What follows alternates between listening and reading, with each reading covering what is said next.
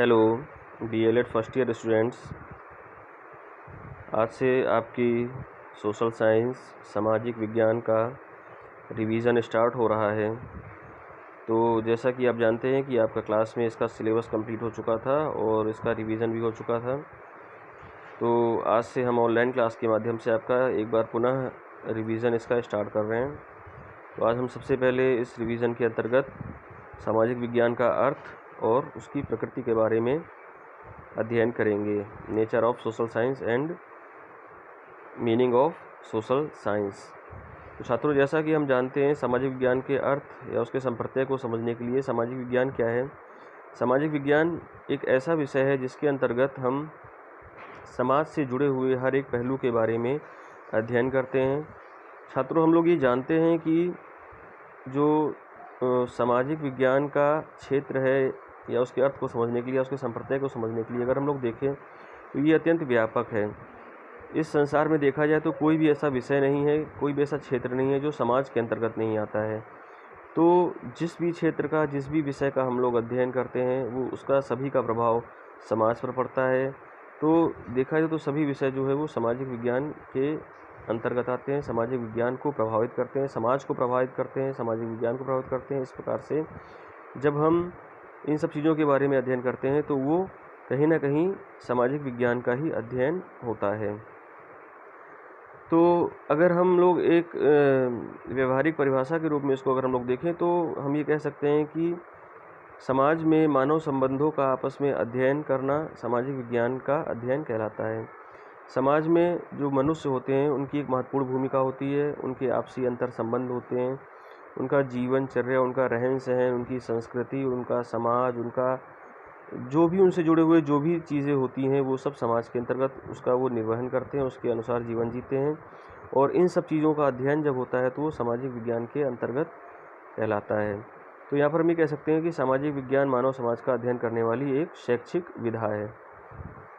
प्राकृतिक विज्ञानों के अतिरिक्त अन्य विषयों का एक सामूहिक नाम है। जो प्राकृतिक विज्ञान है उसमें इसके अतिरिक्त उसमें और भी बहुत सारे विषय सम्मिलित हैं, जैसे इसमें नृविज्ञान, पुरातत्व, अर्थशास्त्र, भूगोल, इतिहास, विधि, भाषा विज्ञान, राजनीति शास्त्र, समाजशास्त्र, अंतर्राष्ट्रीय अध्ययन और संचार, इस प्रकार के बहुत सारे क्षेत्र जो हैं, बहुत सारे विषय इसमें सम्मिलित किए जाते हैं सामाजिक विज्ञान के अध्ययन के अंतर्गत। अब हम बात करते हैं सामाजिक विज्ञान की प्रकृति की। तो सामाजिक विज्ञान की प्रकृति अगर हम लोग देखें तो जिस प्रकार से सामाजिक अध्ययन का जो संप्रत्यय अत्यंत व्यापक है, इसी प्रकार से इसकी प्रकृति भी अत्यंत व्यापक है।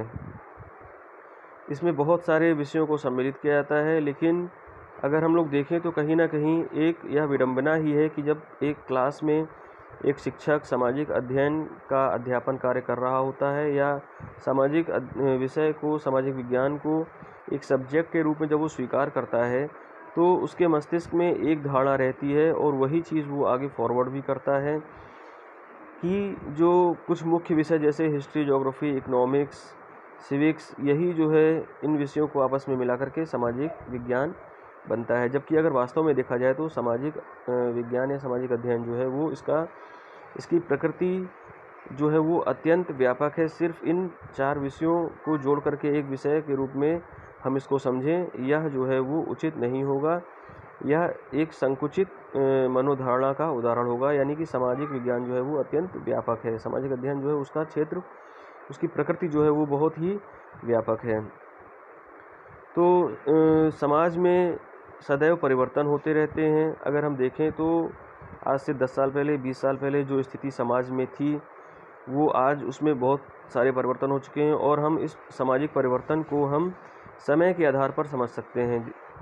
ये सामाजिक परिवर्तन का आकलन जब भी हम लगाते हैं तो हम एक समय के आधार पर हम उसका अध्ययन करते हैं, उसका तुलनात्मक अध्ययन करते हैं। तो इस प्रकार से हम कह सकते हैं कि समाज में अनेक प्रकार से परिवर्तन होते हैं। उसी प्रकार से सामाजिक ढांचा बदलता है, मानव संबंध आपस में बदलते हैं, मानव व्यवहार बदलते हैं, मानव मूल्य बदलते हैं। इन सब चीज़ों का अध्ययन जो है वो सामाजिक अध्ययन के अंतर्गत किया जाता है। तो इस प्रकार से हम कह सकते हैं कि ये सारे जो शब्द हैं जैसे सामाजिक संबंध, मानव व्यवहार, मूल्य, ये शब्द आपस में ही अपने आप में ही एक बहुत व्यापक दृष्टिकोण रखते हैं। और जब हम देखें कि ये सारी चीज़ें सामाजिक अध्ययन के अंतर्गत आती हैं, तो हम ये समझ सकते हैं कि सामाजिक अध्ययन का क्षेत्र जो है उसका संप्रत्यय कितना अधिक व्यापक हो सकता है। तो सामाजिक अध्ययन को अगर हम इसको हम विभाजित करें मुख्य रूप से, तो हम इसे 3 भागों में विभाजित कर सकते हैं। एक तो है सामाजिक विज्ञान एक विज्ञान है, दूसरा सामाजिक विज्ञान एक कला है, तीसरा सामाजिक विज्ञान विज्ञान और कला दोनों है। तो सबसे पहले हम समझने का प्रयास करते हैं कि सामाजिक विज्ञान एक विज्ञान है तो क्यों है सामाजिक विज्ञान एक विज्ञान है, social science as a science. तो हम देखते हैं सामाजिक विज्ञान के अंतर्गत ऐतिहासिक तथ्य, विविध घटनाएं, शासन, सत्ता संबंधित तथ्य, भौगोलिक तथ्य, प्राकृतिक घटनाएं, भूकंप, ज्वालामुखी, आंतरिक व बाह्य शक्तियाँ आदि, राजनीतिक समस्याएं, क्रांतियाँ, इस तरह की बहुत सारी ऐसी चीज़ें आती हैं। इसके अलावा कुछ समस्याओं के रूप में, जैसे बेरोजगारी, सामाजिक समस्याओं के रूप में निर्धनता, भुखमरी, मांग पूर्ति, मूल्य निर्धारण, उत्पत्ति ह्रास, नियम आदि, इस तरह के जो कुछ आर्थिक स्थितियां भी हैं या आर्थिक समस्याओं के रूप में भी हम कह सकते हैं। तो जब हम इनका वर्गीकरण करते हैं, फिर हम उनका अध्ययन करते हैं, फिर उसके बारे में हम कुछ आंकड़े निकालते हैं, फिर हम कारण एवं परिणाम को जानने का प्रयास करते हैं।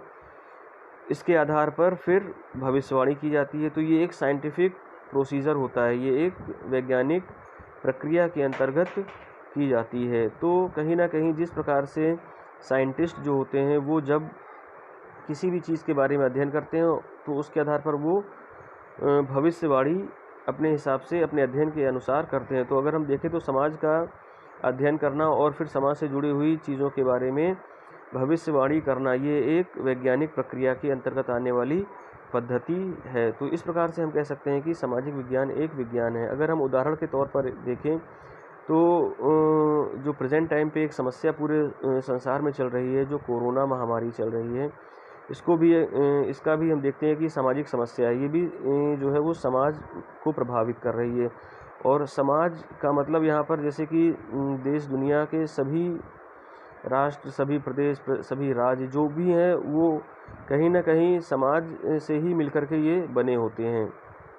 तो इसका प्रभाव सारी दुनिया के समाज पर पड़ रहा है कोरोना महामारी का। अब इसी आधार पर जो वैज्ञानिक हैं, सामाजिक जो मनोवैज्ञानिक या वैज्ञानिक हैं, वो अपने अपने आधार पर, अपने अपने अध्ययनों के आधार पर भविष्यवाणी कर रहे हैं और समाज पर इसका जो प्रभाव पड़ रहा है, इन सब चीज़ों के बारे में भी वो अध्ययन कर रहे हैं।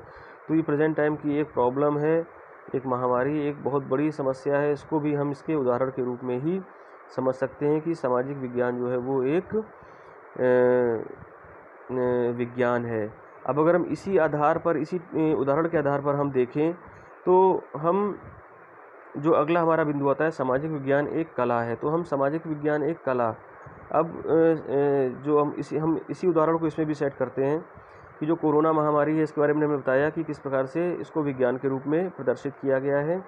लेकिन अब यहाँ पर एक बात आती है कि सामाजिक विज्ञान एक कला है। तो इसी उदाहरण को अगर हम देखें कि जो कोरोना महामारी है, अब बहुत सारे डॉक्टर, बहुत सारे साइंटिस्ट, बहुत सारे जो विशेषज्ञ हैं, वो ये कह रहे हैं कि अब हमें इसी के साथ जीना सीखना होगा। ये जो है समाप्त नहीं हो सकती है। हमें ऐसे ऐसे इन चीज़ों को करना होगा, हमें ये कार्य करने होंगे, हमें अपनी जीवन शैली बदलनी होगी, हमें बहुत सारे तौर तरीके बदलने होंगे। ये सारी चीज़ें एक कला के अंतर्गत आते हैं। हमें अपने जीवन जीने की कला में परिवर्तन लाना होगा। तो ये कह सकते हैं कि इस प्रकार से अगर देखा जाए तो ये यहाँ पर सामाजिक विज्ञान के अंतर्गत एक समस्या को एक कला के रूप में प्रदर्शित कर रहे हैं कि हमें उस समस्या को किस प्रकार से अपने आप को उसमें ढालना है और किस प्रकार से हमें जीवन यापन करना है। तो वो जीवन यापन करना एक कला होगी, एक उसका आर्ट ऑफ लिविंग जिसे कहते हैं इंग्लिश में। तो इस प्रकार से हम कह सकते हैं कि सामाजिक विज्ञान एक कला भी है। इसमें जो दिया है उसको भी हम लोग एक बार देख लेते हैं। बाकी हमने जो आपका एक एग्जाम्पल के माध्यम से दोनों कंडीशन हमने इसमें क्लियर कर दी हैं। जैसे कि कुछ विद्वान सामाजिक विज्ञान को कला मानते हैं। उनका मानना है कि सामाजिक विज्ञान में भी उद्देश्यों का निर्धारण होता है, नियम साधन निश्चित होते हैं और व्यवहारिकता का ज्ञान प्रदान किया जाता है। तो इसमें जो सारी चीज़ें आ रही है, जो हमने आपको बताया, ये इसी से ही उसी चीज़ को ये क्लियर कर रहे हैं। तो अब हम देखते हैं कि सामाजिक विज्ञान एक विज्ञान और कला दोनों हैं।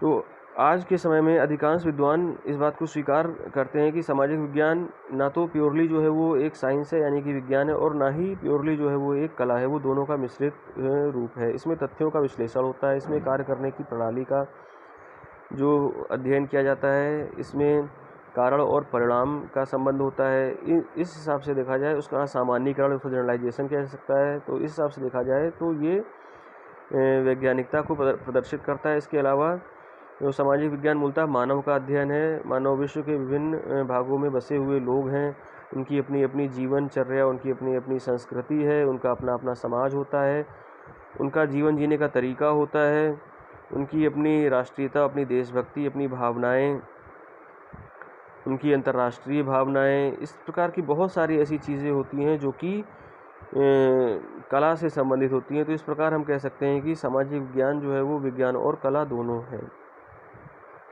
तो छात्रों, ये टॉपिक हम यहाँ पर आज रोकते हुए इसी टॉपिक में हम इसके कुछ और पार्ट्स को लेकर के आएंगे इसके आगे। धन्यवाद।